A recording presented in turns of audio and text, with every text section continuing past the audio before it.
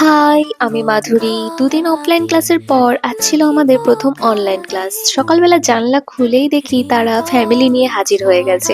দেখে মন ভালো হয়েছে, কিন্তু কিছু খেতে দিতে পারলাম না, এটাই যা।